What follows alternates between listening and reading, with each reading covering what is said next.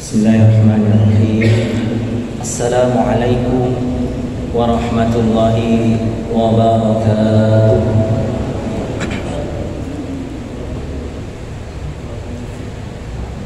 Innal hamdalillah nahmaduhu wa nasta'inuhu wa nastaghfiruh wa na'udzu billahi min shururi anfusina wa min sayyiati a'malina. Man yahdihillah fala mudilla lahu wa man yudlil fala hadiya lahu. Asyhadu an la ilaha illallah wahdahu la syarika lahu wa asyhadu anna Muhammadan abduhu wa rasuluhu la nabiyya wa la rasula ba'da. Allahumma salli wa sallim wa barik ala nabiyyina Muhammadin wa ala alihi wa ashabihi wa man tabi'ahum bi ihsanin ila yaumiddin. Amma ba'd. Hadirin jamaah salat subuh rahimani wa rahimakumullah. Alhamdulillah, kita bersyukur kepada Allah Subhanahu wa ta'ala atas segala nikmat yang Allah berikan kepada kita sampai saat ini. Maka Allah Subhanahu wa ta'ala perintahkan kepada kita dengan segala nikmat yang kita terima sampai saat ini, fadhkuruni adkurkum washkuruni wa la takfurun. Kata Allah Subhanahu wa ta'ala, ingatlah kepadaku, niscaya aku akan ingat kepadamu, dan bersyukurlah kepadaku, janganlah jadi orang yang kufur. Jadi Allah Subhanahu wa ta'ala di dalam surat Al-Baqarah, surat yang kedua ayat 151 atau 52 ini menjelaskan kepada kita agar banyak-banyak mengingat kepada Allah Subhanahu wa ta'ala dan bersyukur kepadanya, sekaligus kita berzikir kepada Allah Subhanahu wa ta'ala itu merupakan bagian dari bentuk syukur kita atas segala nikmat yang Allah berikan kepada kita. Maka di ayat yang lain Allah Subhanahu wa ta'ala mengingatkan dan memerintahkan kepada kita, ya ayyuhalladzina amanu dzkurullaha dzikran katsiran. Wahai orang-orang yang beriman, ingatlah kepada Allah dengan sebanyak-banyaknya mengingat Allah Subhanahu wa ta'ala. Mengingat Allah karena Allah yang memberikan kenikmatan kepada kita. Mengingat Allah Subhanahu wa ta'ala karena nanti kita akan kembali kepada Allah Subhanahu wa ta'ala pula. Yang kedua, salawat dan salam semoga senantiasa tercurah kepada suri tauladan kita, Nabi Agung Nabi Muhammad sallallahu alaihi wasallam, yang menjadi suri tauladan bagi kita dalam segala aspek kehidupan kita, termasuk dalam bersyukur ini. Kami pernah menyampaikan bahwa Rasulullah itu kan sholat tahajud sampai kakinya bengkak, ibadah sampai kakinya sakit, sampai kakinya bengkak. Ada orang sakit dulu baru ibadah kepada Allah, baru ingat kepada Allah. Tapi orang yang soleh, orang yang beriman itu ingat kepada Allah sampai sakit. Ketika sehat banyak ingat kepada Allah, dan pada saat sakit pun lebih banyak ingat kepada Allah Subhanahu wa ta'ala. Tapi terkadang ada manusia ketika diberi sakit baru ingat kepada Allah Subhanahu wa ta'ala, begitu sembuh lupa kepada Allah Subhanahu wa ta'ala. Dan ironinya lagi, ketika ada orang yang diberikan sakit tetap lupa kepada Allah Subhanahu wa ta'ala. Na'udzubillah. Maka maka kita berlindung kepada manusia yang semacam ini agar kita tidak mengalaminya. Rasulullah sallallahu alaihi wasallam salat sunnah tahajud, ya, salat malam itu kan sunnah, ya, sunnah, kan, tetapi sunnah yang sangat dianjurkan untuk kita, ya. Sampai kakinya sakit sehingga Ummul Mukminin Aisyah radhiyallahu anha mengatakan kepada Rasulullah, "Ya Rasulullah, kenapa engkau salat seperti itu sampai kakinya sakit, sampai kakinya bengkak? Salat wajibnya sudah dikerjakan dengan baik, ibadah yang wajib sudah dijalankan, ditunaikan dengan sempurna, dosanya pasti diampuni Allah, dijamin masuk surga. Tapi untuk salat sunnah saja sampai kakinya sakit." Maka apa kata Rasulullah? "Afala takunu abadan syakura?" Apakah aku tidak boleh menjadi hamba yang bersyukur kepada Allah Subhanahu wa taala? Jadi tingkatan ibadahnya beliau itu, ya, beribadah karena bersyukur kepada Allah. Bukan hanya sekedar beribadah pengen masuk surga, takut masuk neraka, bukan hanya ibadah untuk menunaikan kewajiban, bukan hanya ibadah karena ingin mendapatkan ini dan itu, tetapi ibadahnya karena rasa syukur kepada Allah Subhanahu wa taala. Hadirin yang berbahagia rahimani wa rahimakumullah, izinkan kami pada kesempatan ini menyampaikan terkait dengan hukum tumakninah, ya, tumakninah, ya, di dalam salat. Sebagaimana yang kita ketahui, ya, di pembahasan ahad yang selain kami yang mengisi, Ustaz Dr. Daniel yang mengisi berkaitan dengan fikih muamalah, ya, kami fikih ibadah. Di antara kaidah yang pernah beliau sampaikan, al aslu fil muamalat al ibahah, ya. Asal segala muamalat itu adalah boleh, ya. Segala aktivitas yang berkaitan dengan muamalah itu adalah sesuatu yang diperbolehkan. Hatta yadillu dalilu ala tahrim, sampai kepada adanya dalil yang mengharamkan muamalah tersebut. Ini kaidah di dalam perkara muamalahnya. Akan tetapi dalam perkara ibadah, yang mana kami membahas tentang berkaitan dengan fikih ibadah, kaidahnya adalah al-aslu fil ibadat at-tahrim, ya. Jadi kaidah di dalam ibadah, ya, asal segala ibadah itu adalah dilarang, haram, tahrim, itu dari kata haram, ya. Jadi asal segala ibadah itu dilarang atau diharamkan oleh Allah Subhanahu wa taala. Hatta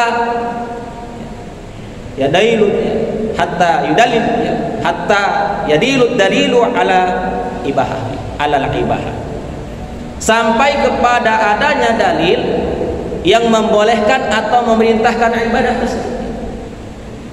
Jadi asalnya adalah tahrim sampai kepada ada dalil, ada nas, ada contoh yang memerintahkan atau membolehkan ibadah tersebut.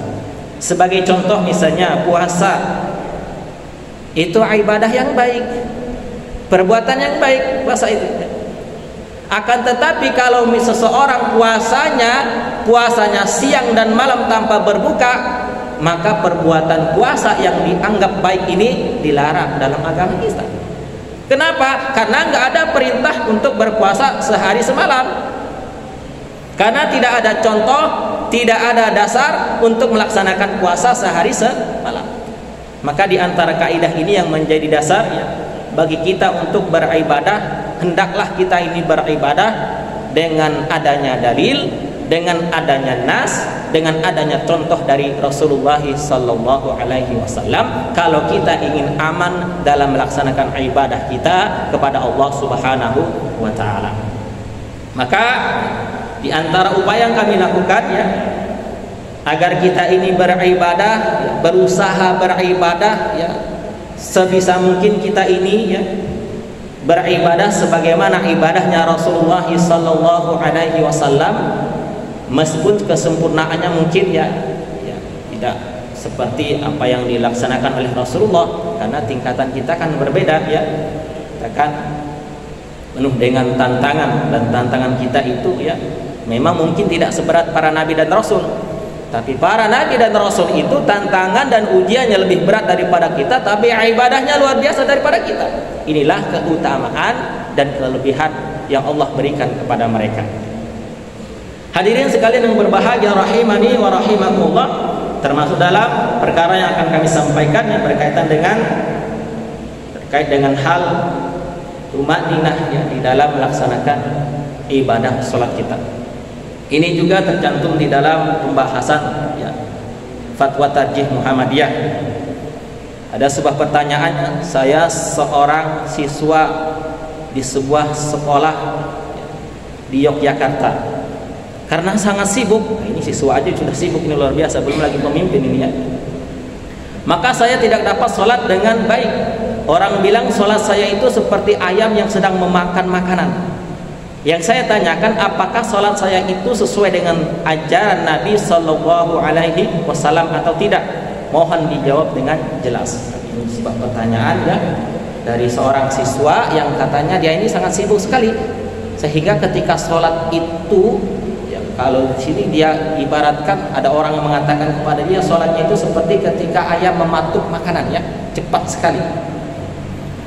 Ini memang ada beberapa faktor yang menyebabkan. Pertama tadi karena kesibukan ya, kemudian yang kedua ya karena kebiasaan. Maka saya selalu sampaikan kepada siswa kami itu ya, pembelajaran sholat misalnya sholat duha yang kami laksanakan setiap pagi itu ya, pembiasaan sholat duha itu saya minta tolong kepada mereka ketika mengimami jangan terlalu cepat. Karena ketika pada saat pembiasaan, pada saat pendidikan, pada saat pembelajaran sudah terbiasa seperti itu, maka nanti di luar itu pun akan terbiasa. Jadi dibiasakan memang. Karena ada orang yang terbiasa sholatnya cepat itu, ya cepat terus sholatnya. Saya pernah mengalami dan ikut sholat di sana. Bahkan pernah kita mendengar dan melihat viral ya, sholat yang sekian puluh rakaat hanya sekian belas menit saja. Ini kan apakah sesuai dengan yang dijelaskan di dalam hadis atau tidak? Maka secara singkat kami sampaikan jawaban dari majelis tarjih ya, di dalam menjawab pertanyaan tadi. Tumaninah atau ketenangan adalah suatu unsur yang sangat penting dan sangat diperlukan dalam sholat. Jadi sangat ditekankan sekali yang namanya ketenangan ya, tumaninah di dalam melaksanakan sholat.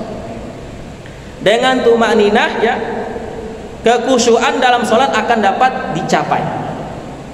Jadi kita sholat itu kan kalau ingin mendapatkan nilai yang sempurna, mendapatkan ganjaran seperti yang kita harapkan, hendaklah kita sholat dengan khusyuk. Dan di antara jalan untuk kita mendapatkan sholat khusyuk ini adalah dengan tumaninah tadi. Maka ada ulama atau mazhab yang menjadikan tumaninah ini sebagai rukun dari sholat. Artinya kalau tidak dilaksanakan bisa jadi ya, kurang sempurna atau bahkan sholatnya tidak diterima oleh Allah Subhanahu wa Ta'ala. Maka penting bagi kita untuk memperhatikan hadis yang terdapat di dalam kitab Umdatul Ahkam karya Syekh Abdul Ghani bin Abdul Wahid Al-Maqdisi rahimahullahu ta'ala yang akan kami sampaikan pada kesempatan ini, yaitu hadis riwayat Bukhari dan Muslim ya, dari Abu Hurairah radhiyallahu anhu. An Abi Hurairah radhiyallahu anhu anna an-nabiy sallallahu alaihi wasallam dakhala al-masjid.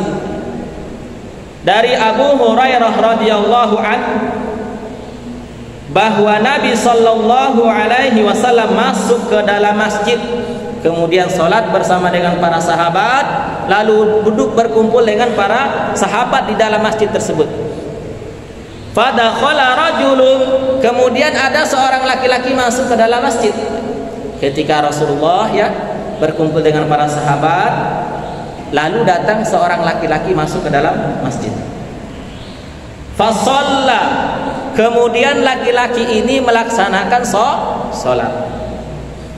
Summa ja'a fasallama 'alan nabi sallallahu alaihi wasallam, kemudian laki-laki ini datang kepada Nabi sallallahu alaihi wasallam dengan mengucapkan salam, ya. Apa yang dikatakan oleh Nabi setelah menjawab salamnya tentunya? Faqal, kata Nabi sallallahu alaihi wasallam bersabda, irji' fasalli, kembali kamu salat lagi, kata Nabi. Jadi nyuruh laki-laki ini untuk salat lagi, kembali salat lagi kamu.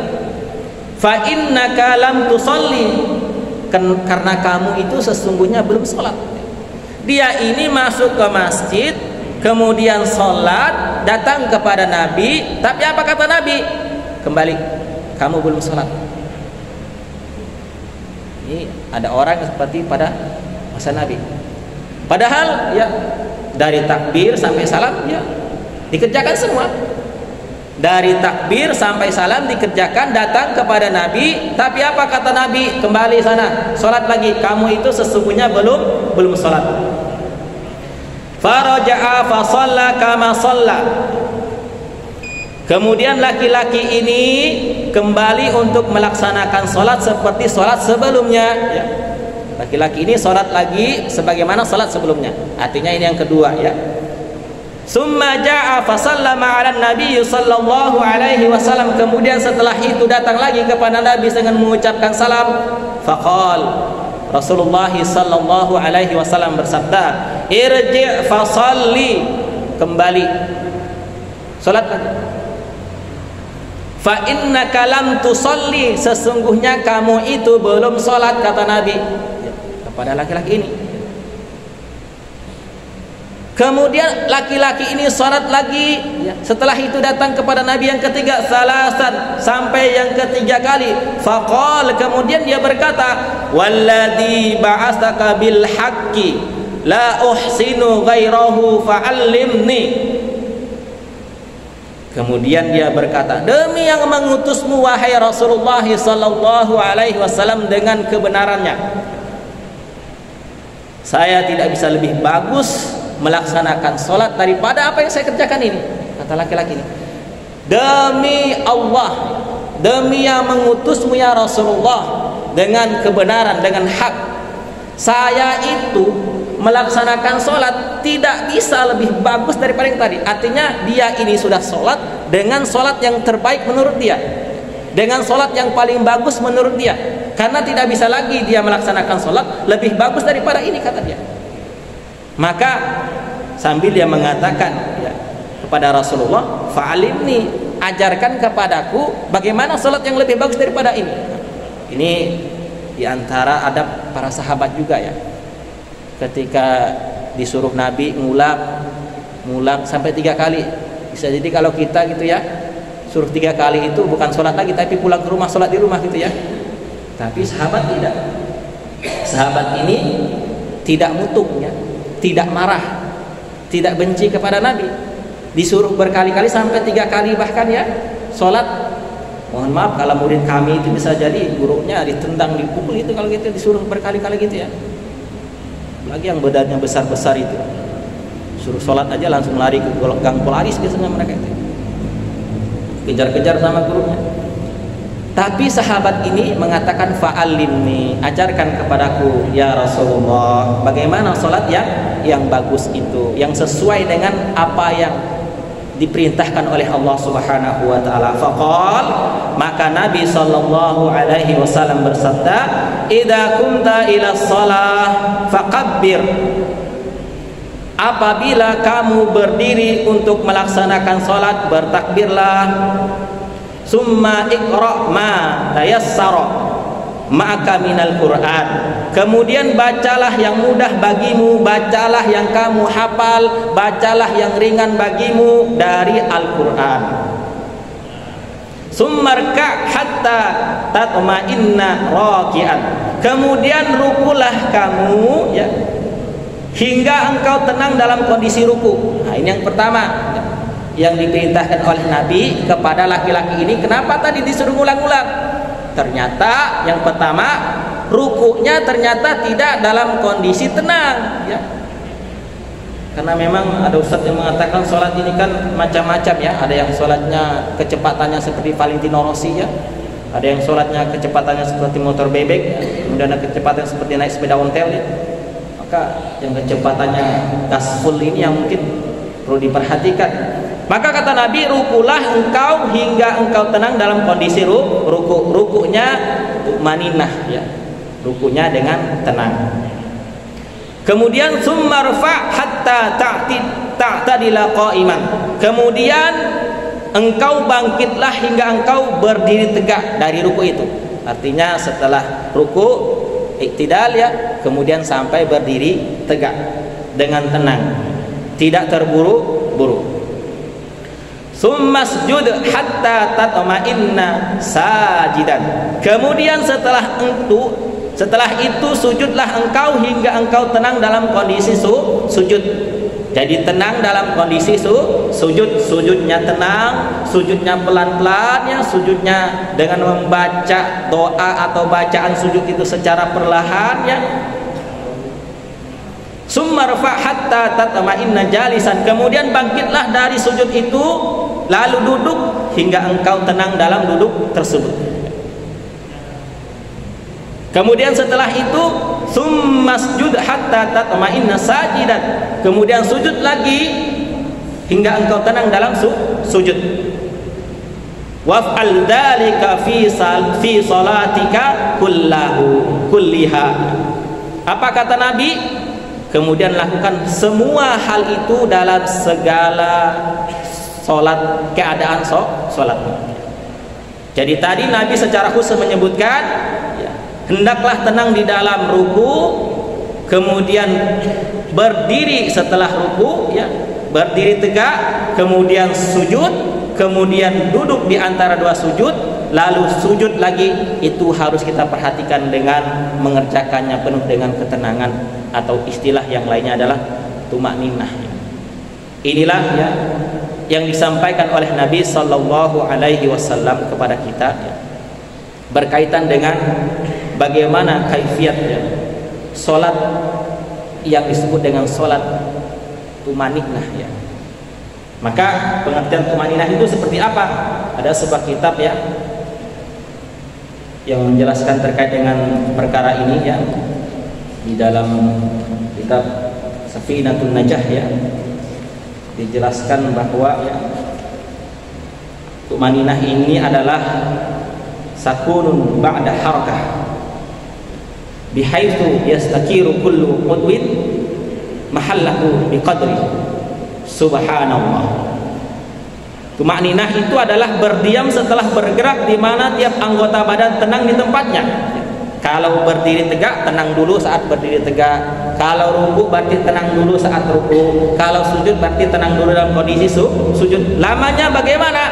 Ya, lamanya kurang lebih minimal sekitar waktu kita ya mengucapkan lamanya subhanallah, minimal seperti itu ya. Lama kita tenang dalam kondisi ruku ya, kemudian berdiri sujud tadi itu minimal ya, sepanjang ketika kita membaca subhanallah ya. Selain sepanjang kita membaca doa ketika ruku, ketika sujud, ketika duduk di antara dua sujud. Maka di dalam kitab ini juga disebutkan, di dalam beberapa hal kita harus atau diperintahkan untuk melaksanakan gerakan sholat secara tumakninah ya.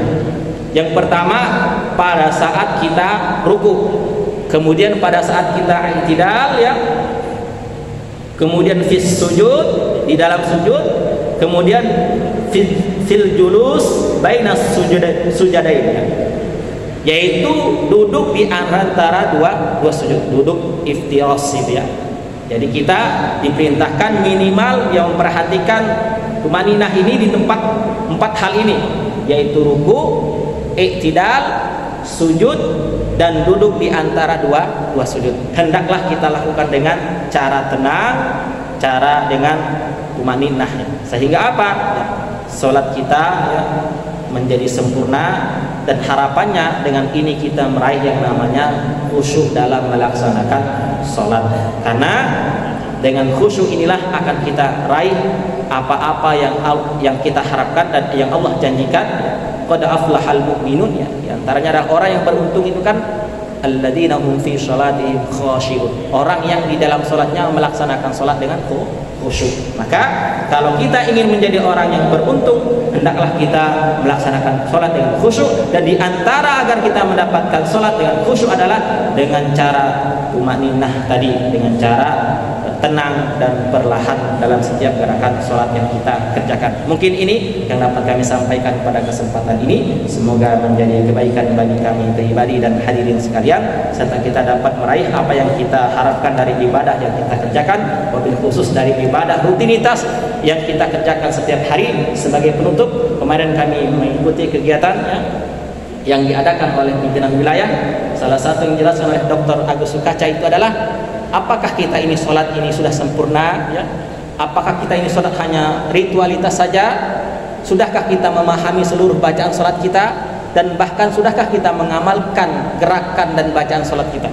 Karena sholat ini bukan hanya ketika kita subuh di masjid, zuhur di masjid, asar di masjid, maghrib di masjid, isya di masjid. Tapi sholat yang kita kerjakan ini harapannya adalah diaplikasikan, diamalkan dalam kehidupan kita sehari-hari. Inilah orang yang sebenar-benarnya sholat. Menegakkan sholat bukan hanya ketika sekedar ritualitas saja, tapi dia paham makna dari sholat itu, kemudian diamalkan dalam kehidupan kita. Ini mungkin yang perlu kita lakukan sekarang. Sholat sudah kita kerjakan. Pertanyaannya, sudahkah kita memahami, minimal memahami, hafal seluruh arti mungkin agak susah. Setidaknya kita paham Allahu Akbar itu, kemudian bacaan iftitahnya, bacaan Al-Fatihahnya, kemudian bacaan ketika ruku, ketika i'tidal, ketika sujud, sampai salam itu. Sudahkah kita paham maksud dan makna dari apa yang kita baca tersebut? Belum lagi gerakan sholat kita. Kemudian sudahkah, kalau kita sudah paham, sudah tahu, sudahkah kita amalkan? Salam setelah kita selesai sholat ke kanan ke kiri, sudahkah kita amalkan salam ini? Memberikan keselamatan, memberikan kesejahteraan, memberikan kebahagiaan kepada orang sebelah kanan dan sebelah kiri kita, tetangga kiri dan tetangga kanan kita, dan seterusnya, teman-teman kita, keluarga kita. Inilah yang mungkin perlu kita perhatikan saat ini. Sholat sudah kita kerjakan, tapi pengamalan dari sholat ini mungkin juga harus kita lakukan dalam kehidupan sehari-hari kita, agar kita ini meraih kesempurnaan dalam melaksanakan sholat yang sesungguhnya. Kita akhiri dengan doa kafaratul majlis. Subhanakallahumma wa bihamdika asyhadu an la ilaha illa anta astaghfiruka wa atubu ilaik. Alhamdulillahirabbil alamin. Terima kasih atas segala perhatian, mohon maaf atas segala kesalahan. Wallahu a'lam bishawab. Fastabiqul khairat, nasrun minallah wa fathun qarib wa basyiril mu'minin. Assalamualaikum warahmatullahi wabarakatuh.